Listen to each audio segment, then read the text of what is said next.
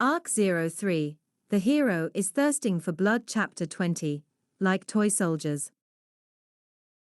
Completely disregarding the silent Paju and the awesome Grande Knights, and the equally silent Alyssa from Vichy, Hifumi called out to Auriga and Kasha. Well then, let's get a move on. Saying so, Hifumi turned towards the horses, only to be stopped by a panicking Alyssa. Wait a minute.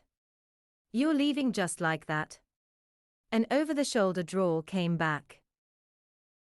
I really don't care about discussions. I was attacked, I responded. That's it. Don't mind him, he's just like that. You're from Vichy, yes. I am a knight from Orson Grande, Paju. And you? I am Alyssa. That is, I don't particularly have a title. Noting the difference in status between them, Alyssa unintentionally shrank and spoke timidly. Paju laughed elegantly, extending her right hand. I'm pleased you were able to survive the incident. As they shook hands, Alyssa composed herself. Somehow, she gives off the feeling of an adult woman. Well then, let us speak of what to do after this. We will be acting as immigration control for our country until order is restored. Since the criminal was related to our country, please let us collect his and our soldiers' bodies. Why yes. Alyssa inadvertently agreed to Paju's smooth and flowing speech. Originally, the Vichy side should be documenting the bodies and damage, becoming important in their investigations. Moreover, the scene of the crime was on the Vichy side, thereby falling under Vichy's jurisdiction, no matter the involved parties. Alyssa was definitely not going to avoid a penalty for this. While waiting for Hifumi, Auriga overheard the conversation. She gazed at Alyssa with pity in her gaze. Alyssa seemed to not have noticed the predicament she was in. The poor girl. Seeing that Paju had skillfully monopolized the investigation with some underhanded methods, she chuckled to herself. Entering Vichy would not be a nice event. The other side's knights would be the source of plenty of problems. In any case, Paju was relieved that no more complex situations would crop up. Anyway, Alyssa-san, isn't there going to be assistance from Vichy? That's right. But it's impossible, there's no one on the Vichy side but me. Seals and signatures of approval are necessary from both sides for merchants and travelers to cross boundaries. In case either of them are missing, it is considered as an illegal entry into the country. Of course, there is the aspect of national defense too. Evacuating the place is a problem. The Vichy side had been completely annihilated, leaving no available means of communication. Hifumi returned on horseback to where Alyssa was contemplating further actions. Paju, take care of the departure formalities. Hifumi passed her the documents.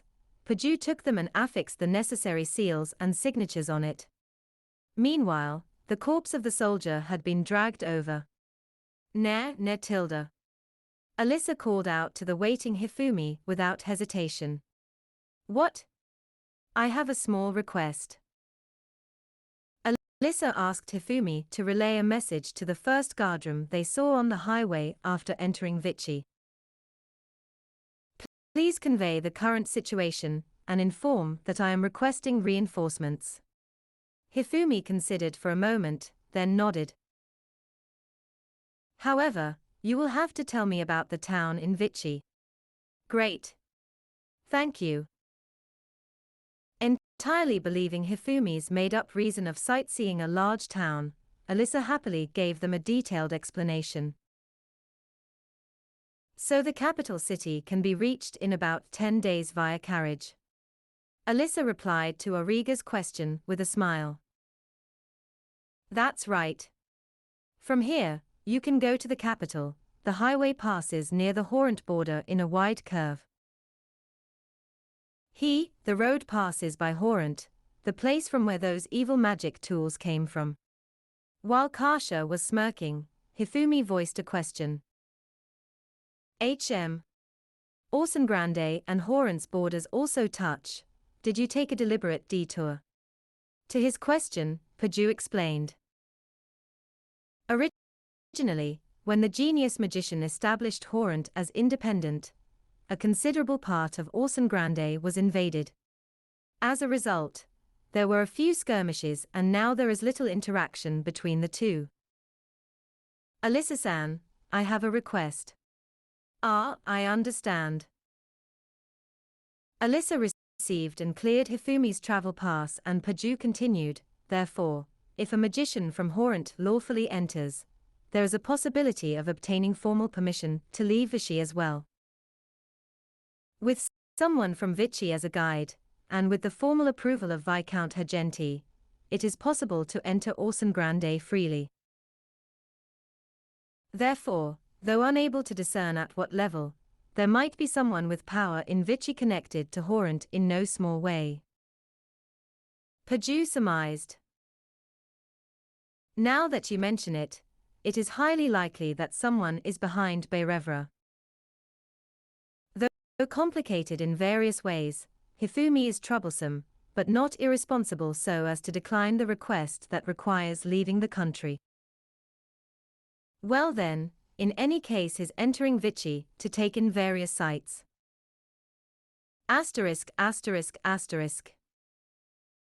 Hifumi, who had collected the permit from Alyssa, announced their departure to Auriga and Kasha.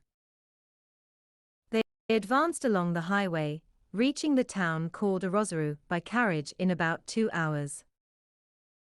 As per Alyssa's explanation, a town enclosed by a wall came into view. Being close to the border, it seemed to be made in a similar fashion as Fukaroru in Orson Grande. Somehow, it does not look too different from our country. Hifumi had a similar impression to Kasha. Was it because they were close by? Culturally there seemed to be no difference. To be frank, the food in Orson Grande was all right, but he had concerns about the food in Vichy. Then again, being close to Fukaroru, it would probably not be a problem. While showing the permit at the entrance of the town, the soldiers there directed him to their in-charge in the guardroom.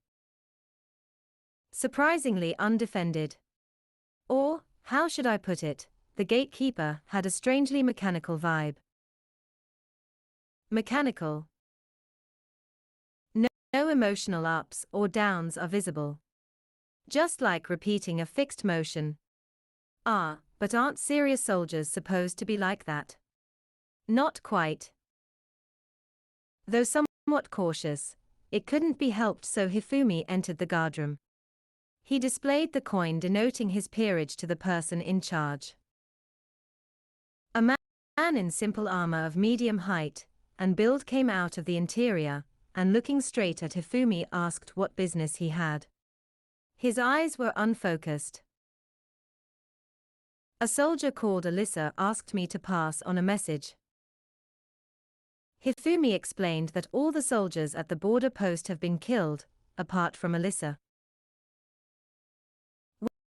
When he explained that immediate assistance was required, the man thanked him for his cooperation, in a smooth voice, without looking the slightest bit thankful. Are you staying here today? Have you decided on a hotel? We are staying here, yes, but the hotel has not been decided. Then if you head towards the interior of the town, there is a hotel with nice and clean rooms. There isn't another suitable for a noble to live in. Is that so? We'll do that then.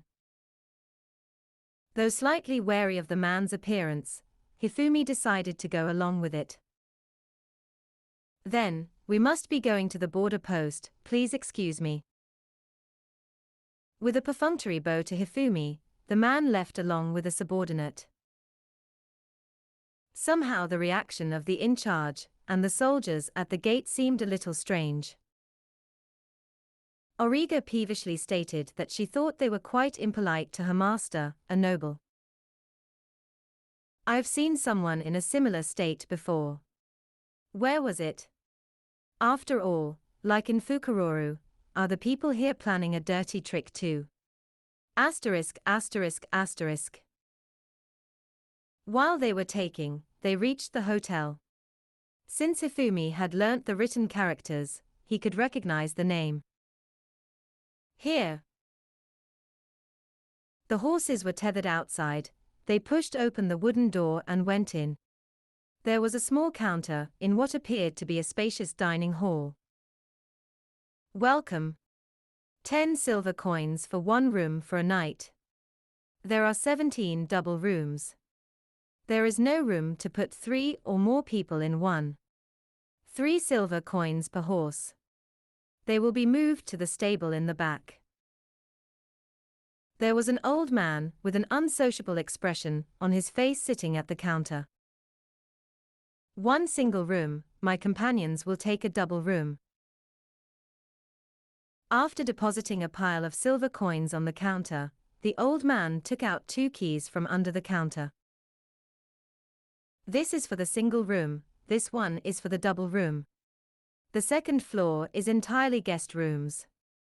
Dinner will be prepared before nightfall and served in this hall." The old man fell silent after telling them the necessary information and writing down the key numbers.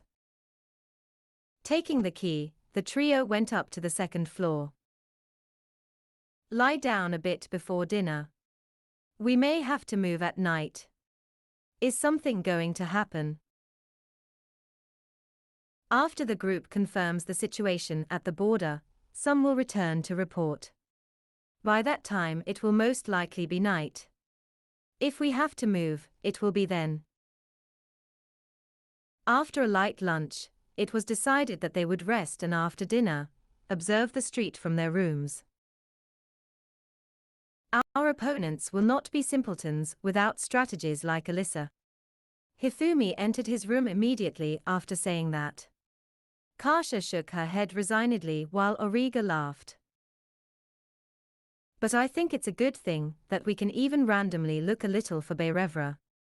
Auriga entered the room while Kasha followed, lost in thought. Asterisk, asterisk, asterisk, those fellows are easy to understand. On the second floor of the hotel, Hifumi murmured, lying in wait. The room was pitch dark. Several armored men passed by on the street after darkness fell and pedestrian traffic declined. Hifumi, who had completely acclimated his sight to the darkness, saw it clearly. With hands bound behind the back, a diminutive shadow was visible walking unsteadily between 2 men. When they passed by the front of the hotel, it was clear the person was Alyssa. Badly beaten up, left cheek swelled and dried streams of blood coming from the mouth. It seems they have been walking for a long time, and occasionally her foot slowed, only to receive a kick from behind every time to forcibly advance. Watching the sorry situation, Auriga and Kasha both murmured, "How cruel."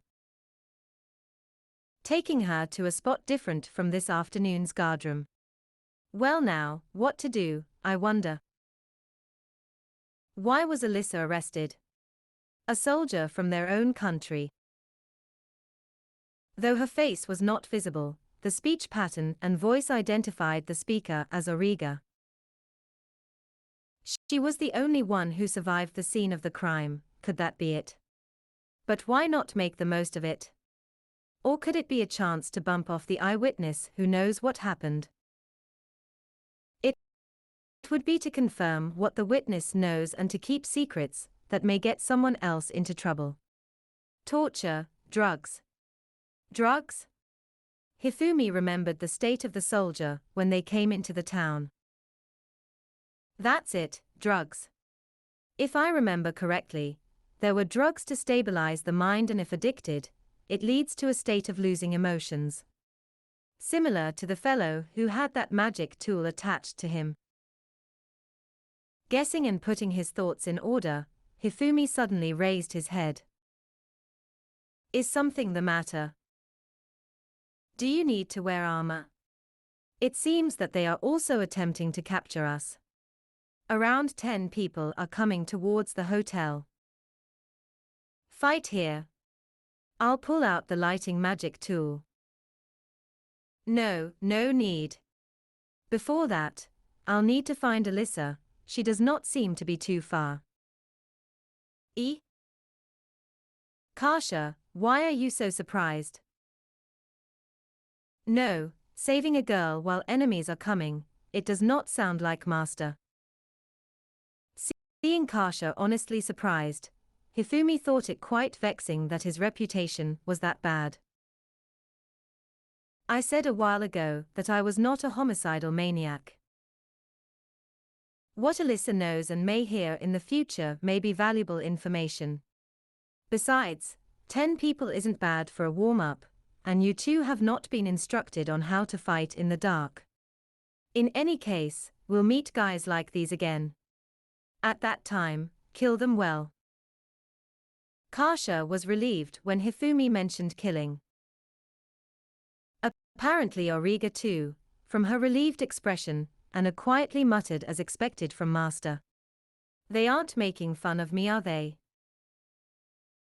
Mulling over those doubts, Hifumi quickly pulled out his kusarigama, stuck it in the roof and quietly climbed up. While Kasha and Auriga were staring at the swinging chain, they heard Hifumi's voice from above.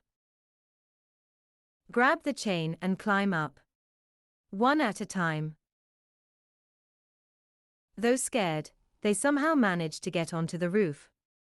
The door of the room opened. It seemed that the landlord had a key. Escaped her. It was the voice of the person in charge at the town gate. After noises that indicated searching for a while, they left. In the dark of the night, the soldiers left in the same direction Alyssa was taken. Hifumi stood on the roof smiling, pleased at having a new prey.